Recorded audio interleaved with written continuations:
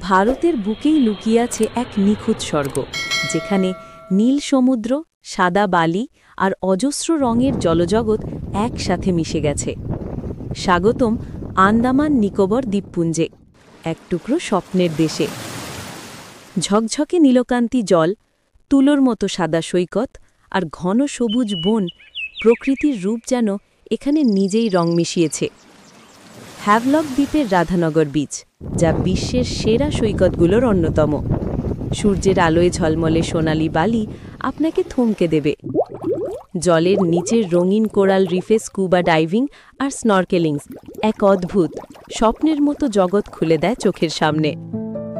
ইতিহাসের গভীর স্মৃতি নিয়ে দাঁড়িয়ে আছে সেলুলার জেল, যেখানে প্রতিটি দেয়াল আজও স্বাধীনতার গল্প শোনায়।